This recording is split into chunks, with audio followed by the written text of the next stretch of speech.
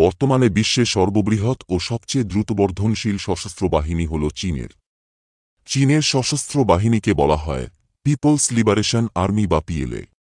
এর নামে আর্মি শব্দটি থাকলেও এটি শুধুমাত্র চীনের স্থলবাহিনী নয়, নৌবাহিনী ও বিমানবাহিনী সহ অন্যান্য সশস্ত্র বাহিনীও পিএলএর অংশ। পিএলএর মুখ্য অংশগুলোকে বলা হয় সার্ভিস এবং অপেক্ষাকৃত গৌণ অংশগুলোকে বলা হয় আর্মস। পিএলএর সার্ভিসগুলো হল স্থলবাহিনী, নৌবাহিনী, বিমানবাহিনী ও স্ট্র্যাটেজিক রকেট বাহিনী। আর্মসগুলোর মধ্যে আছে মহাকাশ বাহিনী, সাইবার বাহিনী, ইনফরমেশন সাপোর্ট বাহিনী ও জয়েন্ট লজিস্টিক্যাল সাপোর্ট বাহিনী। তবে পিএলএর সবচেয়ে পুরনো ও গুরুত্বপূর্ণ অংশ হল এর স্থলবাহিনী, যাকে বলা হয় পিএলএজিএফ। আসুন জেনে নিই চীনের এই শক্তিশালী স্থলবাহিনী সম্পর্কে।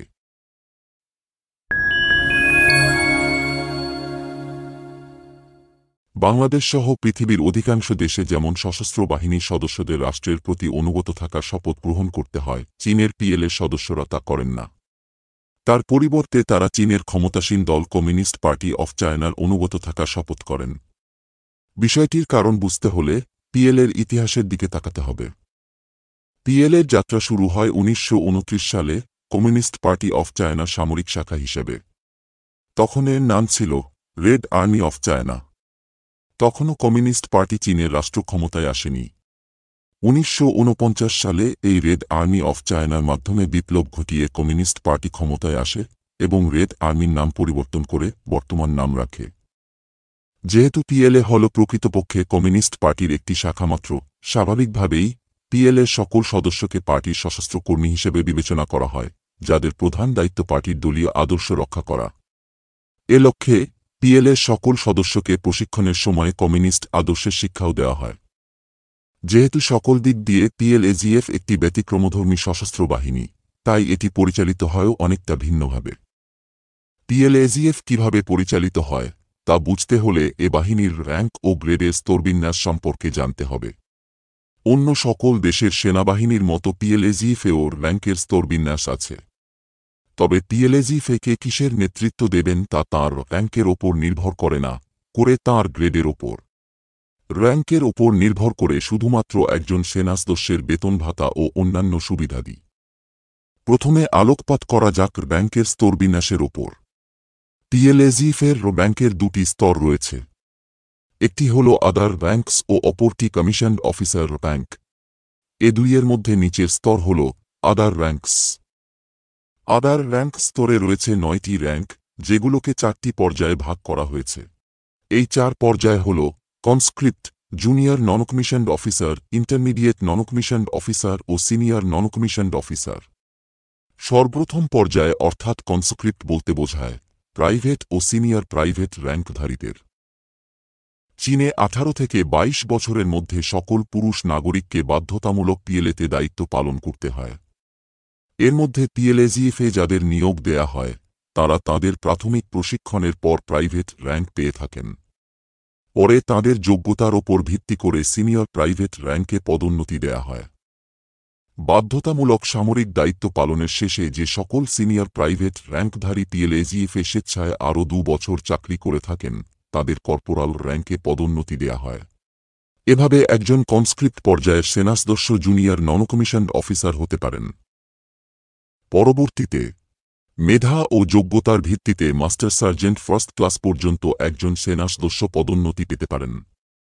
তবে অধিকাংশ ক্ষেত্রে কোনো টেকনিক্যাল বিষয়ে বিশেষজ্ঞ সেনাসদস্যকে সিনিয়র নন কমিশনড পর্যায়ে পদোন্নতি দেয়া হয়।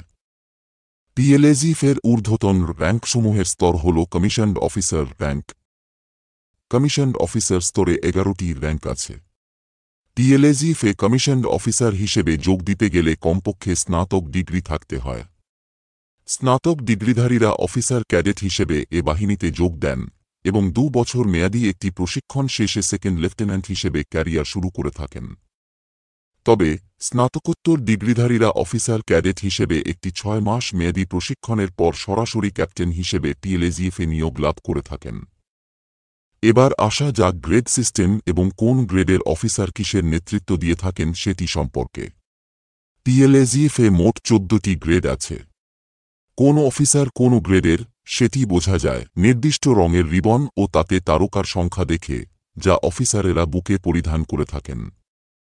টিএলএজিএফের কমিশনড অফিসারদের র্যাঙ্কভিত্তিক ও গ্রেডভিত্তিক দুধরনের পদোন্নতি হয়ে থাকে। গ্রেডভিত্তিক পদোন্নতি প্রধানত নির্ভর করে অফিসারের মেধা ও যোগ্যতার ওপর এবং র্যাঙ্কভিত্তিক পদোন্নতি নির্ভর করে অফিসারের বয়স ও চাকরির মেয়াদের ওপর। উদাহরণস্বরূপ এই অফিসারের র্যাঙ্ক হল সিনিয়র কর্নেল এবং গ্রেড হল ডেপুটি ডিভিশন লিডার। এর অর্থ হল তিনি তাঁর প্রশিক্ষণ সম্পন্ন করার পর র্যাঙ্কের ভিত্তিতে সেকেন্ড লেফটেন্যান্ট থেকে পদোন্নতি পেয়েছেন 6টি। অন্যদিকে গ্রেডের ভিত্তিতে প্ল্যাটুন লিডার থেকে তিনি পদোন্নতি পেয়েছেন 7টি। উল্লেখ্য, টিএলএজিএফের ক্ষুদ্রতম সেনাদল হল সেকশন, যাতে 7 থেকে 12 জন সেনা থাকেন।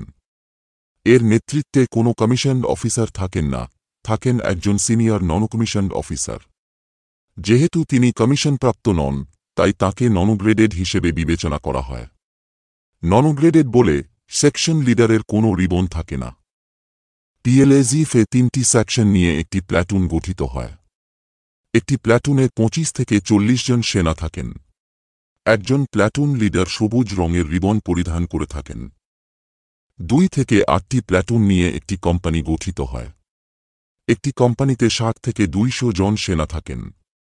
কোম্পানি লিডার ও ডেপুটি কোম্পানি লিডার হালকা নীল রঙের রিবন পরিধান করে থাকেন। 3 থেকে 5টি কোম্পানি নিয়ে একটি ব্যাটালিয়ন গঠিত হয়। এতে 300 থেকে 1000 সেনা থাকেন। ব্যাটালিয়ন লিডার ও তাঁর ডেপুটি গাঢ় নীল রঙের রিবন পরিধান করে থাকেন। 3 বা ততোধিক ব্যাটালিয়ন নিয়ে একটি ব্রিগেড গঠিত হয়। এতে 1500 থেকে 3200 সেনা থাকেন। ব্রিগেড লিডার ও তাঁর ডেপুটি বেগুনি রঙের রিবন পরিধান করে থাকেন। 3 বা ততোধিক ব্রিগেড নিয়ে একটি ডিভিশন গঠিত হয়। এতে 10,000 থেকে 16,000 সেনা থাকেন। ডিভিশন লিডার ও তাঁর ডেপুটির রিবনের রং হয় লাল। 2 থেকে 5টি ডিভিশন নিয়ে একটি আর্মি গ্রুপ গঠিত হয়। এতে 20,000 থেকে 50,000 সেনা থাকেন। আর্মি গ্রুপ লিডার ও তাঁর ডেপুটি পরিধান করেন কমলা রিবন। টিএলএজিএফের আর্মি গ্রুপগুলোর সামরিক কার্যক্রম সমন্বয় করে টিএলএ থিয়েটার কমান্ড। প্রত্যেক থিয়েটার কমান্ডে টিএলএজিএফের আর্মি গ্রুপের সংখ্যা থিয়েটার কমান্ডের আয়তন ও গুরুত্ব অনুযায়ী নির্ধারণ করা হয়। কার্য সম্পাদনের সুবিধার্থে সমগ্র চীনকে 5টি থিয়েটার কমান্ডে ভাগ করা হয়েছে। এগুলো হল পূর্ব থিয়েটার কমান্ড, দক্ষিণ থিয়েটার কমান্ড, পশ্চিম থিয়েটার কমান্ড, উত্তর থিয়েটার কমান্ড ও মধ্য থিয়েটার কমান্ড। প্রত্যেক থিয়েটার কমান্ডের অধীনে পিএলএজিএফের আর্মি গ্রুপ ছাড়াও পিএলের অন্য সার্ভিস ও আর্মসগুলোর ইউনিটও পৃথকভাবে কার্যক্রম পরিচালনা করে।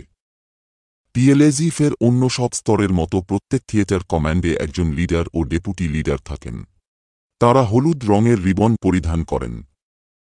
তাদের পাশাপাশি আরও একজন ব্যক্তি এ স্তরে অত্যন্ত গুরুত্বপূর্ণ দায়িত্ব পালন করেন, যিনি হলেন পলিটিক্যাল কমিশনার। তাঁর পদমর্যাদা থিয়েটার কমান্ড লিডারের সমান হলেও কাজ সম্পূর্ণ ভিন্ন।